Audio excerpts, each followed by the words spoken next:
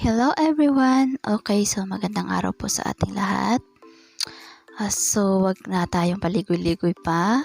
Ayan, kung bago ka lang sa aking channel, wag mo pong kalimutan na mag-subscribe. Okay, so ang tatalakayan po natin ngayon ay ang mga benefits ba ng bawang sa ating katawan. Ayan, may mga 10 tayo pong mga benefits ng bawang sa ating katawan ayon sa pag-aaral. Okay, so isi-share ko lang po sa inyo ito. So, proceed na tayo. Ito ay mga benepisyo ng bawang sa ating katawan at kalusugan na pinatunayan ng siyensya at mga pananaliksik.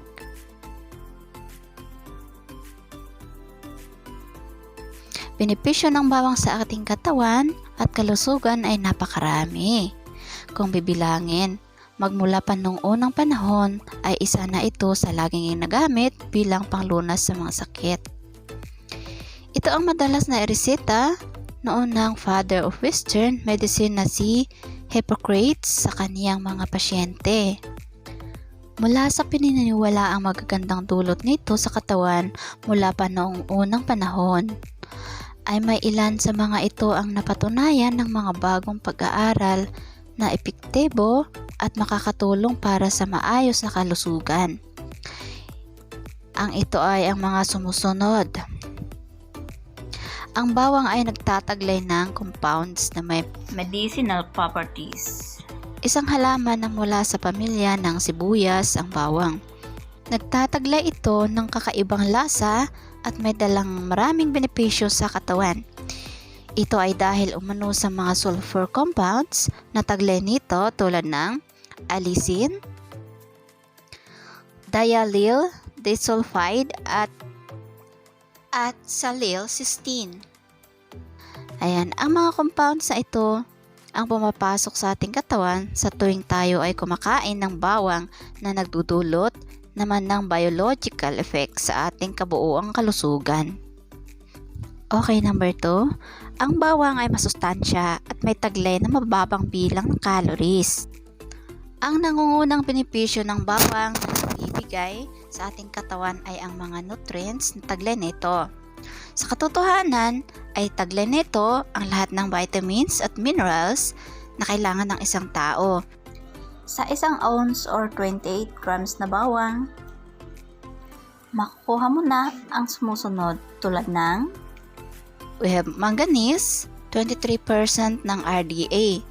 Ibig sabihin po ng RDA, recommended dietary allowance. Vitamin B6, 17% ng RDA.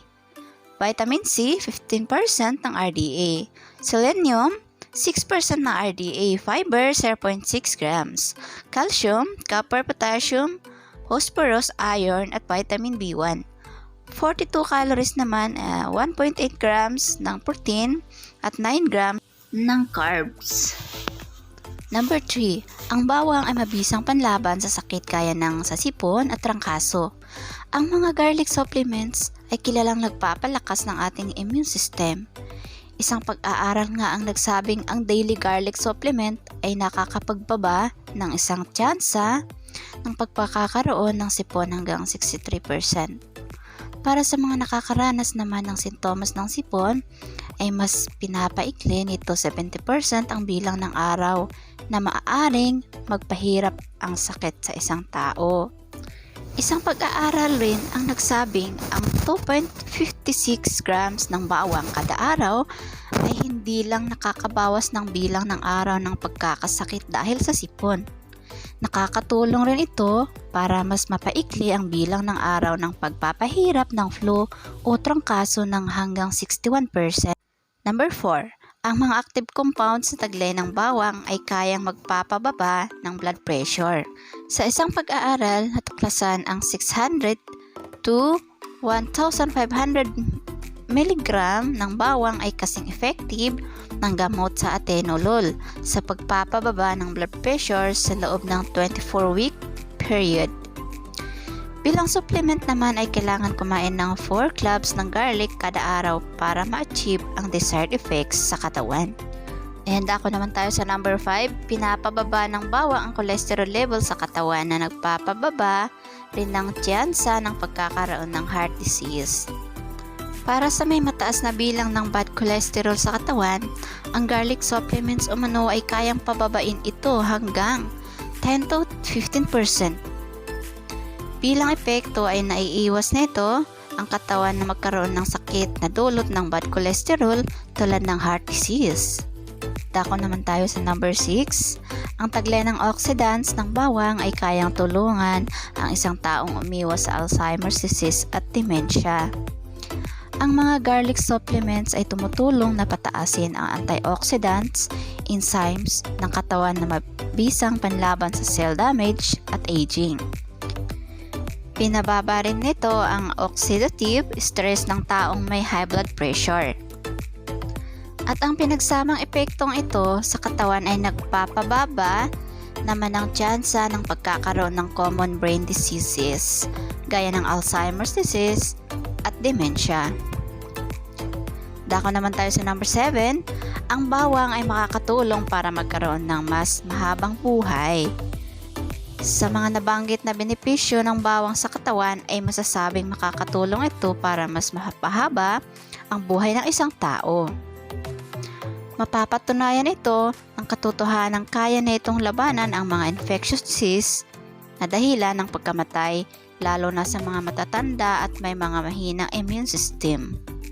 Dako naman tayo sa number 8. Ang mga garlic supplements ay nagpapaganda rin ng athletic performance. Noong unang panahon ay ginagamit na ang bawang bilang pampawala ng fatigue at pampa-enhance ng work capacity ng mga manggagawa. Ibinibigay rin ito sa mga Olympic athletes noon sa Greece. May mga pag-aaral naman ang nasabing nakakatulong ito sa exercise performance. Samantalang, natuklasan din ng isang pag-aaral na ang mga taong may heart disease na gumagamit ng garlic oil sa loob ng 6 na linggo ay nagkakaroon ng 12% reduction sa mataas na heart rate at nagkakaroon ng better exercise capacity. Okay, dako naman tayo sa number 9. Ang pagkain ng bawang ay nakakatulong na ma-detoxify ang mga heavy metals sa katawan.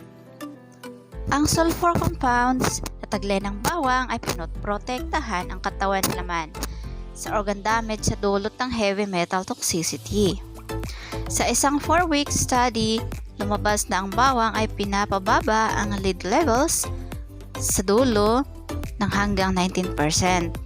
Binabawasan rin nito ang clinical signs ng toxicity sa katawan gaya ng sakit ng ulo at high blood pressure. Okay, dako naman tayo sa number 10, yung pinakahuling health benefits ng bawang. Ang bawang ay nakakatulong para mag-improve ang bone health ng mga kababaihan. Isa namang kahangahang benepisyo ng bawang para sa mga kababaihan ay ang pag-i-improve na itong health para makaiwas sa bone loss at iba pang bone-related disease. Ito ay dahil umano sa epektong nagagawa ng bawang sa pagpapataas ng estrogen levels ng isang babae. Sa isang pag-aaral sa mga menopausal women ay natuklasan ngang ang daily dose ng garlic extract 0.2 grams ng hilaw na bawang ay kayang pababain ang marker ng estrogen deficiency ng mga babae. Napag-alaman din na tulad ng sibuyas ay mayroon itong beneficial effects sa osteoarthritis. Maliban sa health benefits, isa pang benefits ng bawang na naibibigay sa atin ay ang availability at easiness nito na maisama sa ating diet. Maaari itong ihalo sa ulam, soup at iba't ibang recipes. Tandaan lang natin na may bad effects din ang bawang sa katawan gaya ng pagkakaroon ng bad breath. Kung may bleeding disorder naman o nagtitake ng blood thinning medications, ay makipag-usap muna sa iyong doktor bago dagdagan ang iyong garlic intake. Ayon sa pananaliksik, meron lang akong gustong ihalo or idagdag doon sa 10 benepisyo sa paggamit ng bawang sa ating katawan. Okay, so ito din po ay gamot sa ubo. Dahil ang bawang ay siksik sustansya tulad ng vitamin C, vitamin B6, manganese, fiber at selenium. Mabisa itong gamitin pampalakas ng ating resistensya. Mabisa din ang pagnguya ng hilaw ng bawang upang lumuwag ang paghinga ng taong inuubo dahil nakakapagpalambot ito ng plema.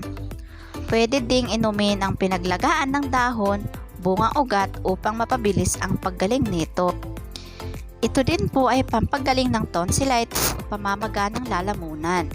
Ang katas ng tiniktik ng bawang ay mabisang pangtanggal ng pamamaga ng lalamunan. Kapag nahihirapan, lumunok dahil masakit ang lalamunan. Maaaring kumuha ng ilang pirasong club, ubutin lang bawang at diktikin upang lumabas ang katas at pagkatapos ay inumin ito. Ang bawang din ay mabisang pang-iwas ng sakit sa puso at mataas na kolesterol. Ang bawang ay mabisang pampababa ng masasamang kolesterol na maaaring dumikit sa ating atay. Ang pag-inom, pagkain o pagnguya ng bawang ay sinasabing mabisang upang mapapababa ang total cholesterol at masamang kolesterol na maaaring magdulot ng iba't ibang karamdaman sa puso. Ang bawang din ay mabisang panlaban sa balakubak. Dahil sa sulfur compounds at alisin na taglay ng bawang, mabisa itong pangtanggal ng balakubak. Maaaring ikuskus ang dinikdik na bawang sa apektadong balat upang direktang magamot ang balat na may sugat. Ang bawang ay siksik sa antioxidant na sumusuporta sa ating katawan upang labanan ang mga free radicals na maaaring dumagdag sa pagtanda ng isang tao. Ang madalas na pagkain ng bawang ay nakakataas ng antioxidant sa ating katawan na nakakapagbawas ng oxidative stress sa mga may matataas na dugo. Nakakatulong upang makaiwas ang mga tao sa Alzheimer's disease at dementia. Ayan po ngayong sabi natin kanina. At gaya nga ng sabi ng mga eksperto, ang lahat ng lapis ay nakakasama sa kalusugan, kaya dapat nasa tamang balanse lang po ang pagkain ng bawang. May isa lang po ako na gustong i-share na isang adverse effect ng bawang.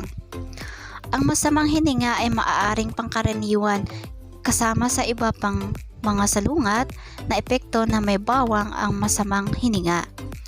Amoy ng katawan, pagkahilo, sakit ng ulo, pagpapawis, pagkapagod, mababang asukal sa dugo, pananakit ng kalamnan at pagkawala ng gana. Mga ka-Asian, so dito na po muna nagtapos ang aking kaunting video. So hanggang sa muli, kita-kits na lang tayo sa aking next video. Maraming salamat po sa inyong panonood at sana po wag pong kalimutan na mag-subscribe. Okay? Bye-bye mga ka-Asian!